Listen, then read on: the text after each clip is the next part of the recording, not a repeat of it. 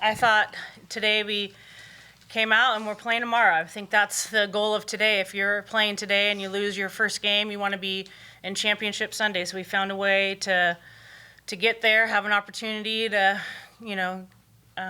play tomorrow and hopefully take two. But I just think Emily Kennedy has been just dynamic. I get to embarrass her. This whole weekend, we've continued to put her in stressful situations, and again, she's just proven to be that pitcher that I can rely on and really perform in those big situations. So, Koko is Koko. Koko is dynamic, and excited to be playing tomorrow, to be honest with you. Questions? Trisha, you talked last time in here about getting more out of your offense, being more a little aggressive. You did get some more out of it. What did you see different about your offense in this second game? Well, I thought we were aggressive early in the counts. I don't feel like it's rocket science. We've said it to you guys, I don't know, quite a few times. But basically it's just getting them to get out of their own heads and play the game. Play the game that they dreamt about being here when they were 12 years old. I feel like sometimes we forget about that. And here they are, they're living their dreams. And, when you're going to live your dream, you got to live your dream to your fullest and make sure that you take advantage of every opportunity. So that's kind of my message. Tomorrow, let's go out, let's get after it. I mean, whatever happens, happens. It was a great ball game earlier today. It was 2-1. And so it could have gone either way. What do you think you learned about Texas State from yesterday that you applied to today? I'm going to be honest with you. I feel like they're scrappy yesterday, the day before, today, and probably tomorrow. I think that's just who they are. That's Coach Woodard in a nutshell. Every time we've played them, and I've played her many times being in different, programs, and that's who they are. And I think, obviously Mullins is a heck of a pitcher. They do a great job of mixing the, Mullins is more up and firmer, and they bring in McCann, who's down and soft, and so they just do a really good job. Josh their pitching coach, was my GA last couple of years at ASU, so I know him well. So obviously we've talked the game quite a bit, and then he did his undergrad managerials also here at Texas State. This is home for him, so I think he's gotten a lot of, I would hope, good guidance, and I think he, has done a really good job. Emily, going 2 games today, how are you feeling going into tomorrow? We don't ask her. I told Coach Ford, she asked, how many innings you got? I said, how many you need. Yeah. I'll take the ball whenever I can. I usually go up to her and say, hey, how are you feeling? Okay, good, great. Let's Yeah. go. No answer. Yeah. Nope. There is no room. Yeah. But that's who she is. She wants the ball. So. Emily, you don't show a lot of emotion, particularly when you're answering our questions, but it looked like you didn't get a couple of strike calls from the umpire. But tell us about how you were able to overcome that. It seemed like, it didn't bother you. I just tried not to just make them hit the ball, and I could see that they were taking it till they got a strike, so I just kept pounding the zone and made them call them.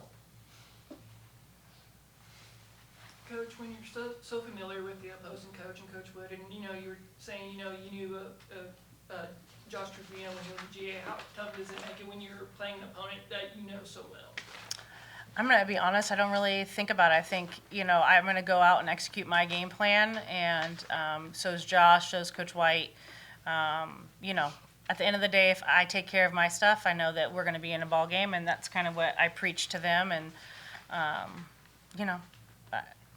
just go out and do our thing. So we compete with anybody in the nation.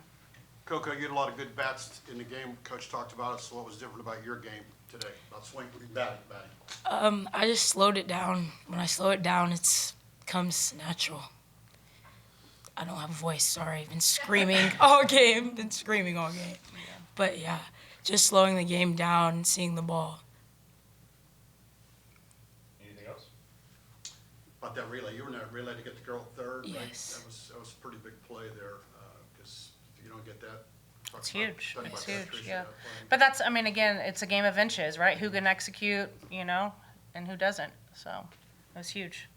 You actually didn't really know that she was going. You had a little delay, yeah. If I really want to, yeah. I had a little hiccup. My eyes can't unsee what my eyes see. Yes, yeah. Coach, playing Texas for a second time, what are you trying to apply to your, strategy as y'all come into championships at Sunday?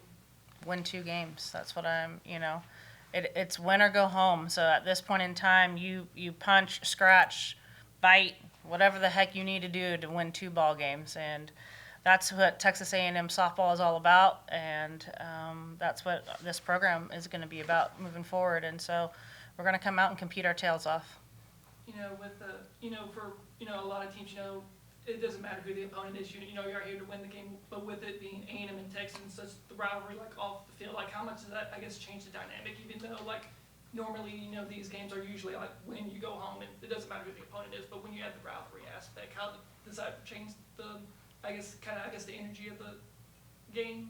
Yeah, I mean, I wouldn't sit here and say that it doesn't, but at the end of the day, it's going to be who executes, who can control the momentum. I think tomorrow's going to be a big momentum day, and I think it could go back and forth, and who's going to, you know, finish with it. But, you know, I think it's going to be sweet for whoever walks out tomorrow because you're going to win and you're going to beat your rival, whoever that is. And so my money's on us.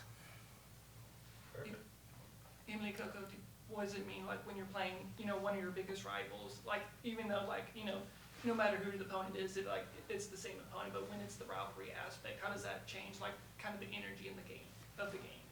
Kind of adds like a fire to us. Like we should come out and it doesn't matter who it is, but now that it's Texas, it just adds a little extra something to it. Brings out the dog in us. All right, appreciate it, guys. Thank you.